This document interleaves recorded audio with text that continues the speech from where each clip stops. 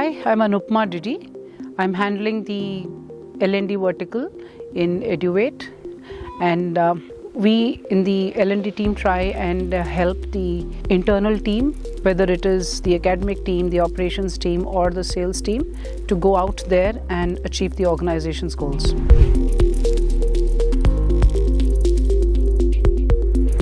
So I started working with the organization right at the beginning of the pandemic.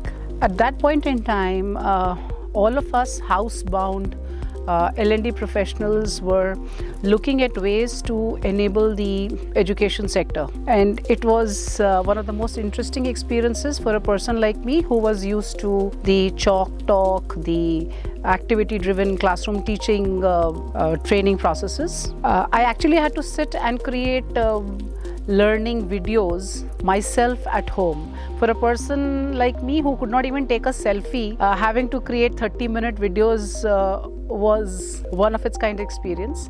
Since then, of course, the team has exploded because of the fantastic opportunity that the organizational goal has provided to all of us. So instead of creating and designing training content myself with just one more training manager, we are now delegating these tasks to a larger number of people, and in the process also training a far larger number of managers so that they can go out on the field and service the schools. So yes, the role has evolved considerably.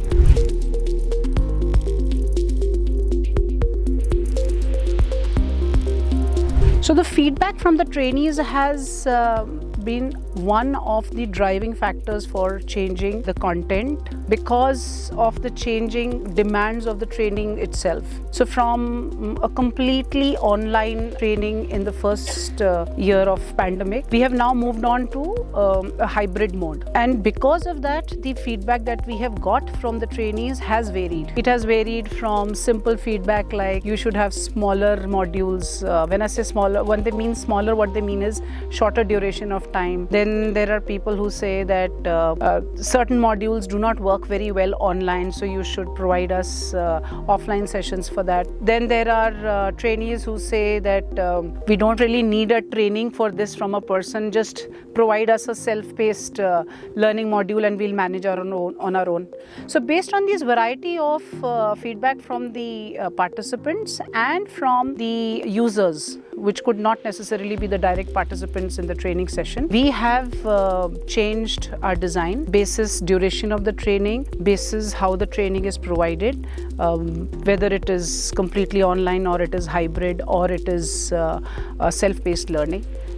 But most of the times we are able to incorporate the change wherever we feel that the learning outcomes have not been achieved as satisfactorily as we had envisaged.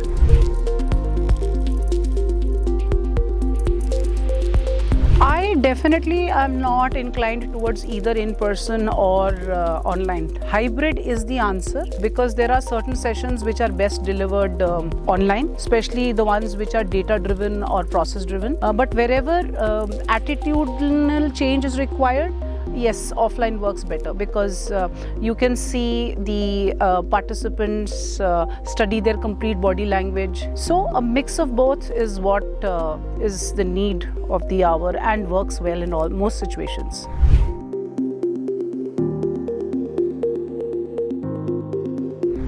When we go out as school growth partners, our main aim is to support schools in a variety of geographical locations. So when we go to far-flung areas, the biggest challenge that we face is connectivity. Since we are in Edtech and we want to utilize technology to the hilt for enhancing the learning experience, and we do not get suitable connectivity, that is the biggest challenge that we face.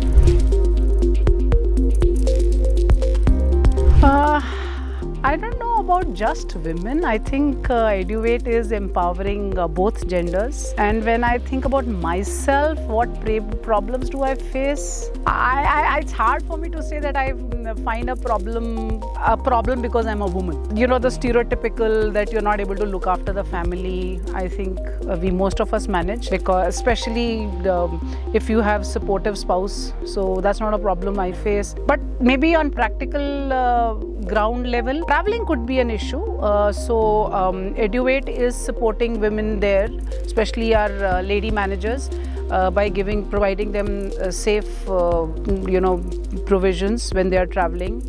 And another problem that women may be facing, I'm not sure, however, if it is related to gender, is technology usage. Like my inability to make training videos at the start of my role, way back during pandemic times, was not due to gender. I think it was just that I was never inclined towards making videos. But maybe women could be facing a problem in using our portal. But then we are empowering women to use more and more technology, whether it is to use their mobile phones for accessing the education material or their laptops. That's about it. I can't think of any gender-based problems.